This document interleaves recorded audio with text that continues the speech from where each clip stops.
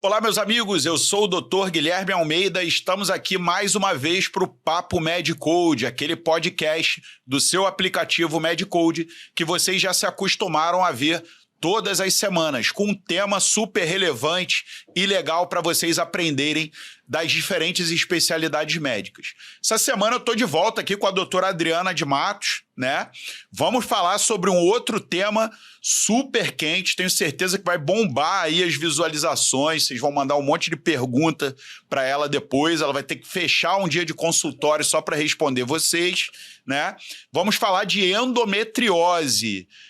E aí, tudo bem, Adriana? Tudo bem, Guilherme. Prazer estar aqui de novo. Beleza. Bom, queria que você falasse um pouquinho, abrindo as portas aí da endometriose. Qual o tamanho aí da relevância do tema, né? Não, com certeza. A endometriose é uma doença, assim, do momento, né? Por vários motivos. O diagnóstico está mais frequente, né? A gente está mais exposto, né? Aos xenoestrógenos que fazem a doença crescer também. E como as pessoas estão conhecendo mais a doença, né, fica mais fácil a gente reconhecer os sinais e sintomas, então as pessoas procuram mais ajuda. Então, realmente, a gente tem que falar cada vez mais sobre essa doença tão relevante que impacta, né, a qualidade de vida e a fertilidade das mulheres. Bom, os profissionais de saúde, né, médicos e os estudantes de medicina e etc., já estão super acostumados quando a gente fala endométrio, né? Tecido endometrial, mas talvez os estudantes em etapa mais inicial, ou até pessoas leigas, né, ou até outros profissionais de saúde, tenham dúvida um pouco sobre o que é exatamente o endométrio e o que é exatamente a endometriose. Teria como você explicar um pouquinho pra gente? Claro, vamos lá, gente. A endometriose, né, ela é uma doença que a gente fala que ela é uma doença crônica, inflamatória e progressiva, onde o endométrio, o que é o endométrio? É a camada interna do útero, a mucosa do útero. Ele se encontra fora do útero, tá? Existem várias teorias. Por que essa doença acontece exatamente, né? Desconhecida. Quando uma coisa tem várias teorias, é porque ninguém sabe o que está acontecendo, né? Mas fato é que o endométrio, essa mucosa do útero, ele fica nas paredes fora do útero, fica nos tecidos, né, ovarianos, fica na pelve, mas também tem endometriose em pulmão, em diafragma, em vários outros locais do corpo inteiro. Isso faz com que a gente tenha, né, uma inflamação múltipla, não só sistêmica, como onde esse endométrio cai, localmente ali também cria fibrose, inflamação, aderência, né? Então, é uma doença realmente inflamatória que causa vários sintomas realmente de diminuição mesmo da qualidade de vida da mulher. E assim, endometriose, eu tenho certeza absoluta que a maioria das pessoas fala assim, pô, isso é muito frequente. Minha vizinha tem, minha prima tem, minha tia tem, minha mãe tem. É uma coisa frequente, a gente escuta isso, as pessoas falando sobre isso, as mulheres, 10% né? Da população. As mulheres falando sobre isso. Então é isso que eu ia te perguntar, quão frequente? Então, a prevalência que se estima, que é dados da OMS, que também se estipula para o Brasil, né? Que 10%, uma em cada 10 mulheres tem endometriose. Gente, isso é muito grande. Tá vendo, gente? São Se milhões vocês estão e em milhões. dúvida aí qual especialidade que vocês têm que fazer, ó. É isso aí. Miomatose uterina, 50%, endometriose, 10%. É isso aí. Das mulheres, hein? Das mulheres. Ou seja, ó, uma boa especialidade. Não, e aí a gente vê que a gente tem que tratar essas mulheres, né? Porque são muitas mulheres acometidas por uma doença tão significativa, né? Porque a endometriose, ela causa muitos sintomas, né? Então, realmente, assim, uma em cada 10 mulheres ter algum tipo de... Ela vai ter endometriose, ter algum tipo de sintoma relacionado a essa doença, realmente é muito impactante. E se a gente pegar o subgrupo de mulheres inférteis, digamos assim, ou com disfunções reprodutivas... Cai para 60%, aumenta para 60%. Das mulheres que têm dificuldade para engravidar, até 60% tem endometriose. Então, certamente, a endometriose é uma coisa que tem que ser pensada em casais com dificuldade. Com certeza. Isso chega muito no consultório, pacientes que já tentaram engravidar, estão tentando engravidar há muito tempo, já foram extensamente investigadas, mas não investigaram a endometriose.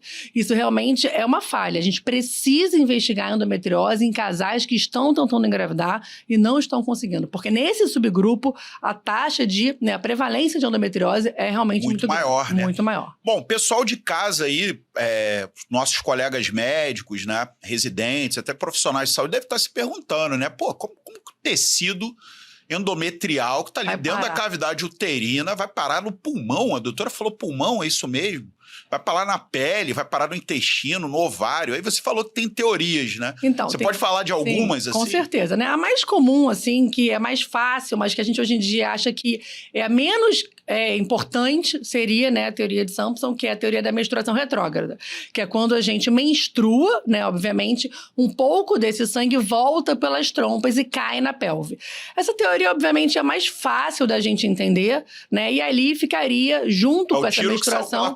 Exatamente. Junto com essa menstruação, teria um pouco de tecido endometrial que se deposita na pelve, gerando ali um processo inflamatório de endometriose, né? Só que essa, hoje em dia, a gente vê que é a teoria menos importante. Por quê? Porque todas as mulheres têm uma menstruação retrógrada. E, obviamente, né, não são todas as mulheres que têm endometriose. Então, existem várias outras teorias para justificar a endometriose nas outras mulheres, que são uma disseminação linfática, uma disseminação hematogênica, que carregam esse endométrio durante a menstruação. Explicar, por exemplo, à distância. No pulmão. Exatamente. Né?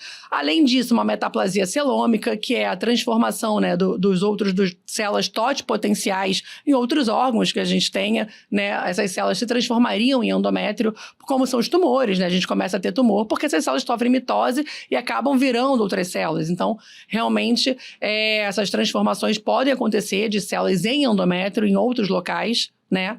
E transplante direto, né? Eu lembro que eu estava na faculdade, aí eu li um caso, aqueles desafios do New England, né?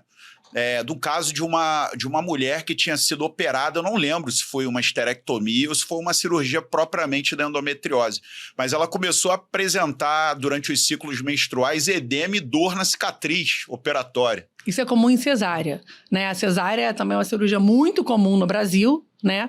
E às vezes existe um transplante endometrial, né? Na hora que a gente vai, enfim, fazer uma rafia, alguma coisa nesse sentido, às vezes na cicatriz de cesárea isso pode acontecer, né? Beleza. Isso é um transplante direto. Bom, então o pessoal já está aí a par aí, pelo menos das teorias aí, o que pode explicar o tecido que é endométrio tá fora métrio, né? Digamos assim. É isso aí. Eu queria que você falasse um pouquinho, você já falou de infertilidade, mas assim, como que chega a mulher com endometriose no teu consultório, né? Eu sei que seu consultório é de especialidade, mas tem um perfil, né? Claro. Mais especializado ainda. Mas assim, como que chega essa mulher com endometriose no consultório de uma ginecologista? É por infertilidade, é sintoma, é dor na relação sexual? Então, como é que é isso? É super importante, Guilherme, a gente falar sobre isso, porque vários estudos mostram que existe uma demora no diagnóstico da endometriose de 8 a 10 anos. O que eu acho isso muito curioso, porque apesar dos sintomas serem bem característicos, e o diagnóstico não é difícil, porque se você tiver qualquer especialidade, né? Se você pensar na doença, se você fizer uma ressonância ou uma ultrassom com preparo, você consegue ver as lesões, né? Então, eu acho isso bem dicotômico, digamos assim. Você consegue explicar um pouco isso? Talvez o não acesso aos exames, ou talvez a não conversa, né? É isso. Na consulta. Então, vamos lá. Quem é essa paciente, né? Eu acho que, às vezes, os sintomas não são tão clássicos. Ela é uma mulher, muitas vezes, né? Na grande maioria das vezes, obviamente, mas mais sofrida, ela é uma mulher mais queixosa, que ela se queixa mesmo do ciclo menstrual dela, ela tem uma menstruação. Tem os Ds da endometriose, né, que a gente classicamente fala sobre isso, que é a dismenorreia, aquela cólica mais intensa. Ela tem uma dor pélvica crônica, que diferente da dismenorreia, que é uma cólica no período menstrual, a dor pélvica crônica, gente, ela pode ser uma infinidade de coisas. Ela vai parar no gastro, no proctologista, no urologista, no infectologista, pois é, né? Então, assim, fica aquela coisa meio nebulosa do que está acontecendo nesse abdômen que dói o tempo inteiro, né? Ela tem uma dor inespecífica, muitas vezes para urinar, se essa endometriose acometeu ali perto do trato geniturinário, ela tem uma dor para evacuar, não necessariamente ela vai ter um sangramento, é raríssimo, tá? Você tem uma endometriose que causa um sangramento, né, para evacuar. Por quê? Porque a endometriose ela é uma doença que acomete fora do intestino. Tá bem? Ela acomete muitas vezes o intestino, sim, mas mucosa é mais difícil, né? Ela é uma paciente que vai ter uma dificuldade para engravidar, então, assim, às vezes é aquela paciente que a gente também, aquele casal tá tentando anos engravidar e ele tá, sei lá, num gastro, por uma dor pélvica e aquele gastro não tá percebendo que aquele casal falou para ele que tá 5 anos tentando engravidar. Sim. Então, o diagnóstico muitas vezes demora porque o não especialista, né, coitado também, não é o especialista para aquela área, mas não está percebendo esses sintomas sutis. É uma mulher, muitas vezes, também, por conta disso tudo, ela é sofrida, ela é depressiva, ela não quer Já tem vergonha. Qualquer pessoa Exatamente. tem vergonha Ela de tem dizer que dor na relação, né? Um sintoma... A dor na relação, gente, a dispareunia, ela não é um sintoma muito comum, mas ela é altamente específica. Se você tem uma dor, não é dor de penetração, é uma dor profunda. Tá? Uma dor profunda, quando o pênis bate lá dentro da vagina, tá? Imobiliza o colo do útero. Se a dor da mulher é essa, mas qual médico pergunta isso para a mulher? Mais o ginecologista. E qual mulher fala isso pro médico? É difícil. Mas ele é muito específica de endometriose, né? Se você tem esse tipo de dor, procura endometriose. Mas aí eu uso um raciocínio semelhante ao que eu falo pro diabetes, né? Você falou aí de porcentagens, prevalência, 50% de miomatose uterina, 10% de endometriose. Isso aumenta a responsabilidade do não especialista. Com certeza. Porque não tem Até chegar em mim demora. no mundo para dar conta desse povo todo. Quer dizer, então tem que chegar em você, principalmente os casos que tem alguns sinais. Então, mas sabe uma coisa também, que eu faço até um alerta, isso é meu também, as mulheres, elas, o que acontece? Ela começa a vida sexual, obviamente, ela começa a tomar um anticoncepcional, né? Normal, até aí tudo bem. Só que o anticoncepcional, muitas vezes, começa a enxugar um gelo. Ele foi durante muito tempo e ainda é, em alguns casos, usado como tratamento de endometriose. Eu, particularmente, não compartilho dessa opinião, porque existem tratamentos muito superiores hormonais, não anticoncepcionais, porque o anticoncepcional, gente, ele é para contracepção e ele melhora alguns sintomas. Então, se você tem uma cólica e você para de menstruar, até o anticoncepcional melhora um pouco daquela cólica. Ele mascara isso. Exatamente. Ele mascara alguns sintomas da endometriose. E aí, ela fica com aquele sintoma meio que não tão intenso. E quando ela vai descobrir, ela chega 10 anos depois... Você para o anticoncepcional para engravidar. Exatamente. E não consegue engravidar. E aí ela tá com aquela endometriose super agressiva. E ela chega para mim e fala, nossa, mas eu achei que eu tava sendo tratada com anticoncepcional. Ele parou de fazer efeito, ele não... O que aconteceu? Eu falo, não, olha, ele nunca foi para tratar essa endometriose. Ele não...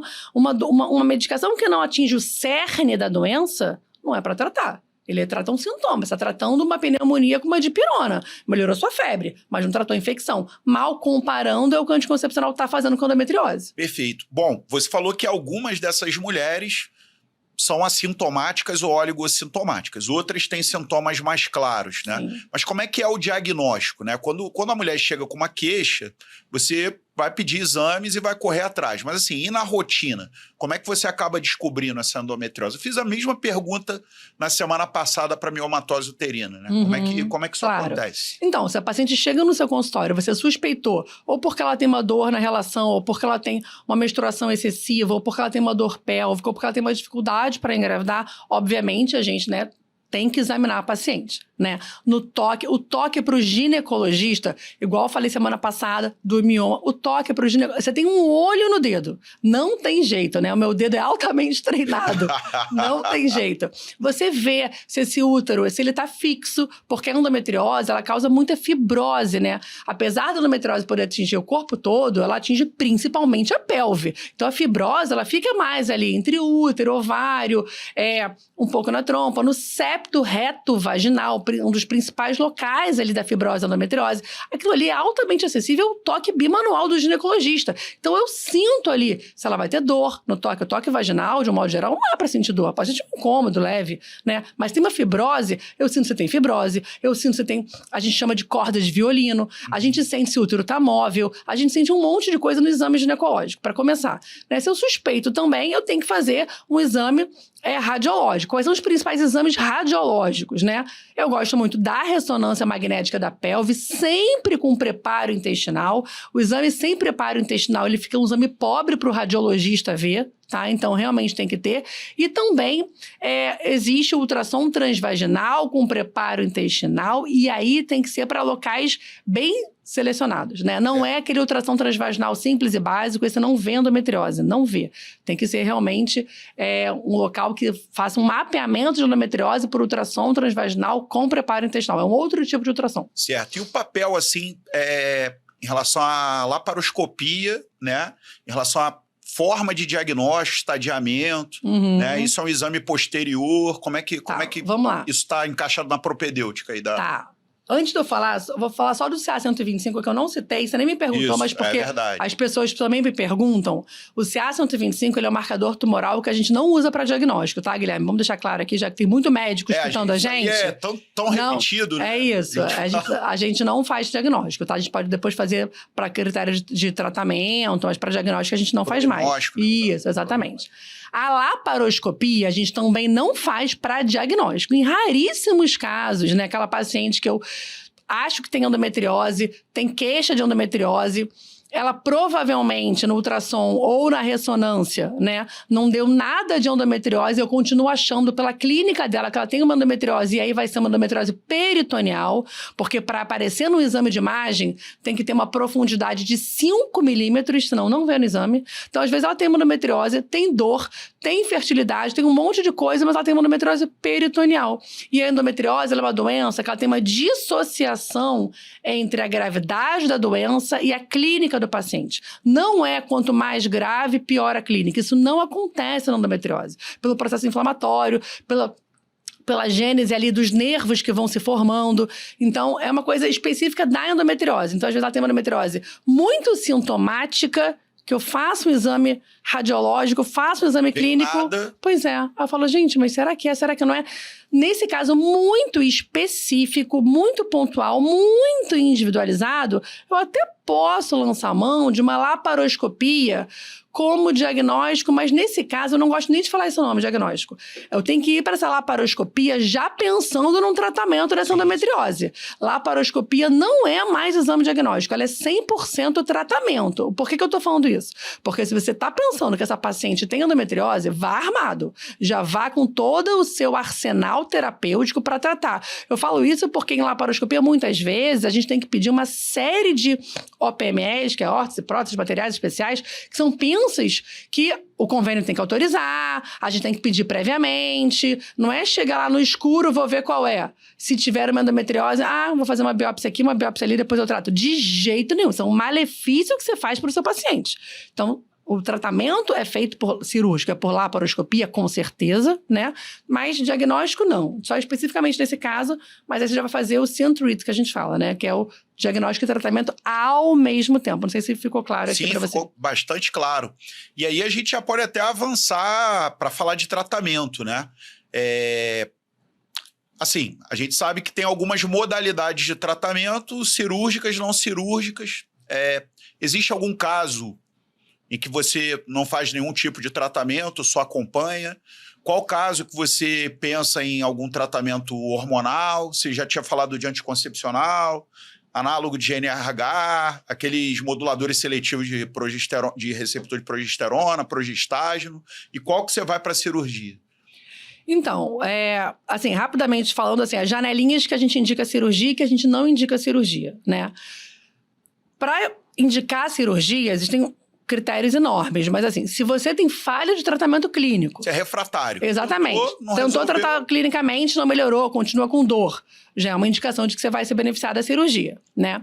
Se você tá tentando engravidar e não tá conseguindo, o tratamento clínico não é para você. Por quê? Porque o tratamento clínico, de modo geral, se baseia em hormônios, né? Hormônios não anticoncepcionais, muitas vezes, sim, mas eu vou explicar que o tratamento clínico, ele não tem como a gente associar com a fertilidade. Ou sim, a gente pode fazer o tratamento clínico, você, nesse momento, não vai engravidar e depois sim vai engravidar. Então, mas para fertilidade, muitas vezes a gente acaba indicando, muitas vezes, a cirurgia, né? E se você tem lesões de órgão que a gente chama de órgãos nobres, órgãos-alvo, né? Por exemplo, ureter, bexiga, estreitamento de luz intestinal, né? Endometriomas de ovários gigantes, acima de 6 centímetros. Então, são critérios que tudo isso, obviamente, todos que eu falei, não são obrigatórios de cirurgia, óbvio, nada é obrigatório, mas que a gente começa a pensar...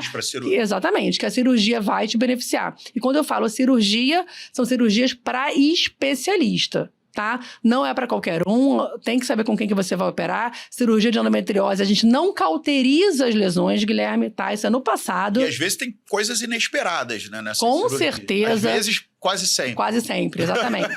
Você tem que retirar. A gente vai para a cirurgia de endometriose para retirar as lesões de endometriose, tá bem? Eu falo, retirar as lesões e manter a anatomia pélvica da paciente. Eu vou manter o útero, ovário, trompas, intestino. Se tiver que tirar o intestino, a gente grampeia no mesmo momento, tá? A gente tem várias técnicas. A endometriose é uma doença benigna, então não tem por que botar bolsa de colostomia. Isso é importante falar. Os pacientes ficam com medo da bolsa de colostomia. Isso é para câncer, gente. Não tenham esse medo, tá bem? Então, assim, é para especialista, tá? E o tratamento hormonal, vou falar muito rapidamente, né? Como eu falei, eu realmente não faço com anticoncepcional, porque eu acho que tem tratamentos muito melhores, né? Quais seriam eles? Para começar, toda paciente com endometriose, ela tem que entender que ela tem uma doença crônica. Ela vai se beneficiar como qualquer doença crônica de mudança do estilo de vida, tá? Qualquer. Pressão alta, diabetes, doenças imunológicas. A endometriose, ela tem um componente imunológico muito grande, tá?